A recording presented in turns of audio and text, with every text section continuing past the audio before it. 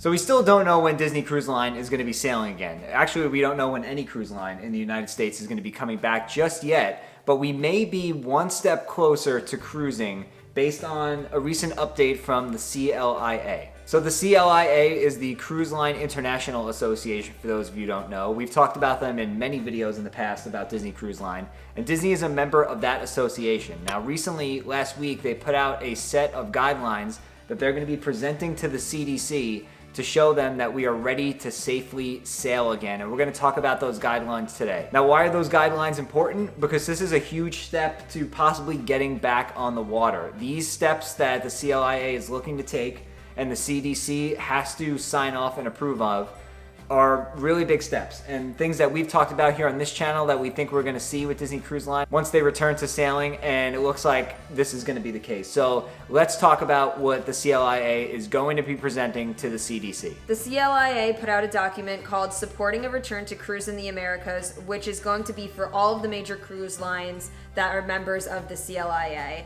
And they list some of the core elements. Some of them include testing for all passengers and crew prior to embarkation. Mask wearing will be mandatory. Physical distancing in terminals, on board ships, and on private islands, and during cruise excursions. Upgrades to ventilation, medical capability, and shore excursions, which is going to only permit shore excursions according to the cruise operator's prescribed protocols. Implementation of these elements on board every ocean-going ship subject to the CDC's no sail order is mandatory and requires written verification of adoption by each company's CEO. Now, the cruise lines that are members of the CLIA are all the major cruise lines in America. So this doesn't only go for Disney. This is for Royal Caribbean, Norwegian, Carnival. Basically, any cruise ship you can think of in the United States, they're going to have to follow these orders. Now, we were talking about this amongst ourselves, and this is a really big step in the direction to resuming cruising, because the CDC for a while now has been asking for a list of safety precautions and measurements that the cruise lines are going to be taking on board the ships, and then the CDC will eventually review those. Now, this is a little bit different than like any other business in the United States, because cruising is like basically the only business that the CDC has full control over. So the CDC has a no sail order that's currently out right now, has not expired yet. So it is strictly up to the CDC in terms of when they can sail. So the fact that CLIA or the CLIA has put together this list of recommendations or precautions is definitely a step in the right direction. Right, and a lot of these core elements that we are going to get more in depth about is stuff that we thought was going to happen anyway. So Right. Nothing is too surprising to us. Now it's just... It's official now. Yeah, it's going to be official for all cruise lines. Right. Now, and before we kind of talk about this any further, this has not been approved by the CDC yet. This does not mean that cruising is coming back, next week, next month.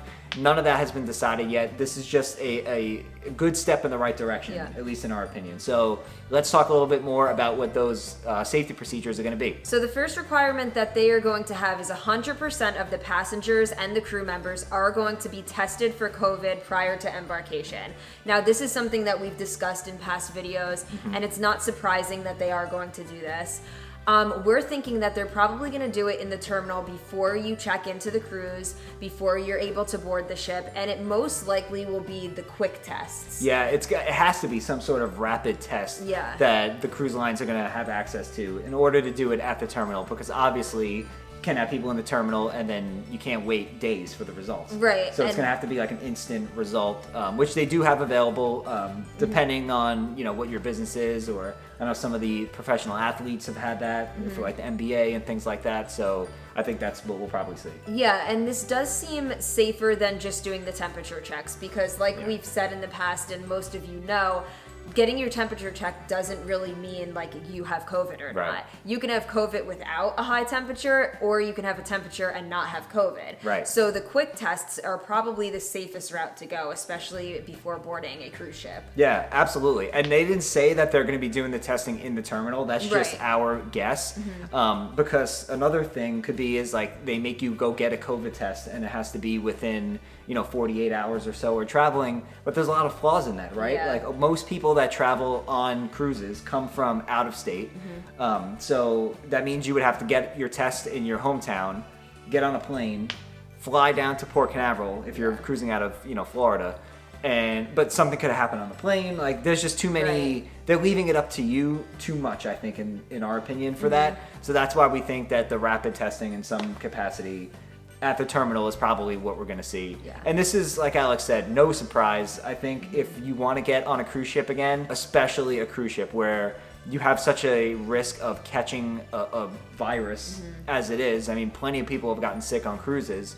It's a known thing. So now they can't take the chance of, was it COVID, was it not? I mean, it still can be. You can still contract it, but who knows? But yeah, so COVID testing is going to be mandatory, again, as long as the CDC approves these set of guidelines, which I can't imagine why they wouldn't. They're very good as we go in depth. So testing for everybody. The second thing is going to be mandatory mask wearing for all passengers and crew during excursions, whenever physical distancing cannot be maintained, as well as when you're on the boat.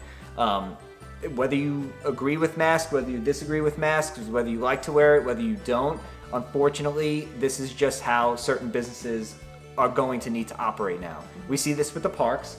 The mask wearing is mandatory anywhere you go on Disney property. But at the same time, the mask wearing is going to be interesting on a cruise ship. And the one thing that they didn't mention in these guidelines is the pools. Right, and that's where I have a few opinions. I don't mind wearing a mask personally, as long as you could take it off when you're eating, obviously, and drinking. But one of the main elements of cruising, at least for us, is being able to enjoy the pools, the hot tubs, the saunas if you go to the rainforest room, and I'm just wondering how the mask wearing is going to affect that. Right. The aqueduct, things like that. Right. I would guess that you are probably allowed to take them off because at the Disney resorts on property, you are allowed to take your mask off when you are at the pool, but I don't know if it's going to be different for cruising. So that's a big thing that's on my mind, at least being a passenger on a cruise ship. Is that going to affect my experience? Right. Well, and I totally understand that. And like I said, they mentioned nothing about pools or hot tubs or any of that kind of stuff yet. That'll probably be the second layer of guidelines that come out from the individual cruise ships themselves. But if you're going to have COVID testing, if you're going to have mandatory mask wearing, which again, I get, that's the times that we live in now, are the pools and the hot tubs and things going to be open anyway? Right. Because to me, it wouldn't necessarily make any sense to have everybody wear a mask when they're just kind of walking around the ship. But then again, you can go in a hot tub. It doesn't add up. So it'll be interesting to see, what's available and what's not available on the cruise ships when they come back. And we've said this in other videos. If you take the pools away from a cruise, that's a lot of people that you have to find activities for. Well, and I was going to say, if they do close the pools and the saunas, I feel like that would be a huge indicator of whether I would go on the cruise or not. Yeah, I agree. I don't know if I would want to pay the money to go on a cruise then. Right. And that's just my opinion. Of course, there's a million other things to do on the ship, but I feel like we really enjoy the pools and the hot tubs, and if they are closed, I don't know if it would be worth it for us, at least, to pay the money and go. I would maybe just wait a little bit to see if they open them in the future. Yeah, I agree with you too. I mean, and listen, we all know, if you've been on a Disney cruise before, or if you've researched a Disney cruise, they're a lot more expensive than other cruise lines. Right. You can go on Royal Caribbean, you can go on Norwegian for half the price or even more than half the price. But with Disney, you're going for that magical experience. And we've talked about this in other videos. Depending on what the restrictions are, that'll depend on whether or not we go out initially. But we'll just have to wait and see. So testing, mask wearing, of course, physical distancing in the terminals, on board the ships, on the private islands, that all makes sense. And especially, the private island portion of it, you can easily distance people out on Castaway Cay. There's plenty of space especially over at Serenity Bay. Yeah. Even the family beaches, they get very crowded, but there's still plenty of room for everyone. So I don't think that'll necessarily be a problem.